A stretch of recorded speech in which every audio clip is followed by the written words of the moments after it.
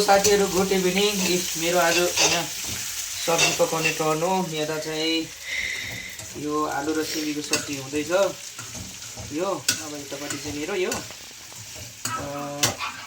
अब यतापट्टिको चाहिँ यो सुप बनाउने मेरो यो नक्कै हाम्रो बस्तीको किनेमा एकदम राम्रो छ हाम्रोमा किनेमाको चाहिँ अब किनेमाको चाहिँ हाम्रोमा सुप बनाउने एकै हाम्रो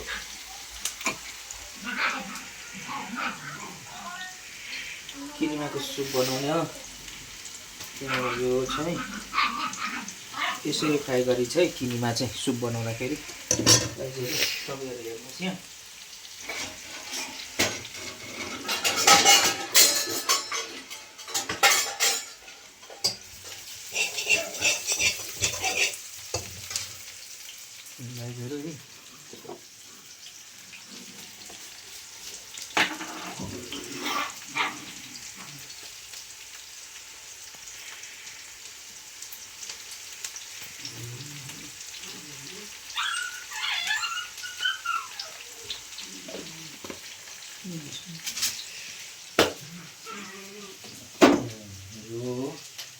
यो चाहिँ किनेमाको सुप बनाउने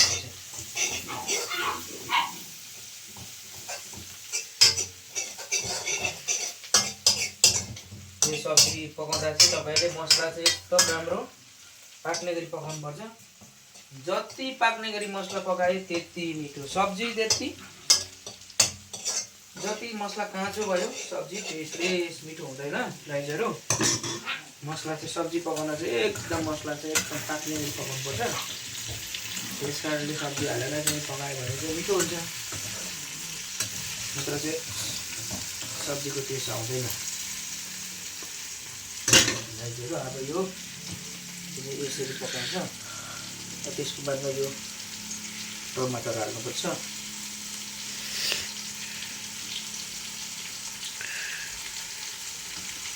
यो चाहिँ किनेमा हाल्नुपर्छ।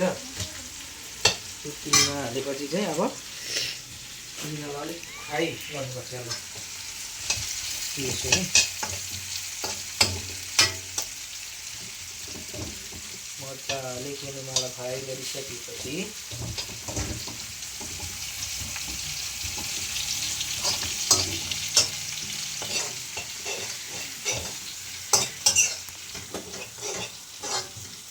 मजाले फ्राई गर्नुपर्छ किनेमालाई। यो चाहिँ सफा पनि गर्दै गर्नुपर्छ, यसरी उस्तै पनि गर्नुपर्छ। यो चाहिँ अलिक सफा हाइजेनिक तरिकाले काम गर्नुपर्छ, राम्रो हुन्छ। खाना चाहिँ अलिक पाकिसकेको छ, खाना चाहिँ पकाएको छ।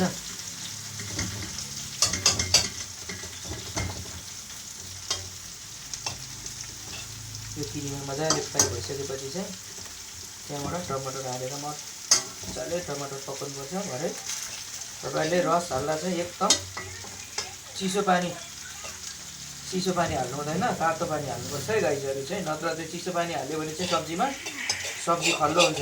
जे कुरा पकाउँदा, दाल पकाउँदा, तपाईँको मासु पकाउँदा, किनेमाको रस बनाउँदा, गुन्द्रुकको रस बनाउँदा चाहिँ तपाईँहरूले गाइजहरू जति सक्दो चाहिँ तातो पानी लाउनुहोस्। पकाएर फ्राई भइसकेपछि यो किनेमा पनि हेर्नुहोस् गाइस फ्राई भयो। अब त्यसको बादमा यो टमाटर लगाएर मजाले पकाउनुपर्छ है गाइजहरू। अनि त्यसको बादमा टमाटर पाकिसकेपछि त्यहाँबाट तातो पानी कति मात्रामा लाउने हो रस, त्यसको हिसाबले तातो पानी लाउनुपर्छ। तातो पानी पकायो भने मिठो हुन्छ गाइजहरू। तपाईँहरूलाई मन पऱ्यो भने चाहिँ यसो कमेन्ट, लाइक, सेयर पनि गरिदिनुहोस्।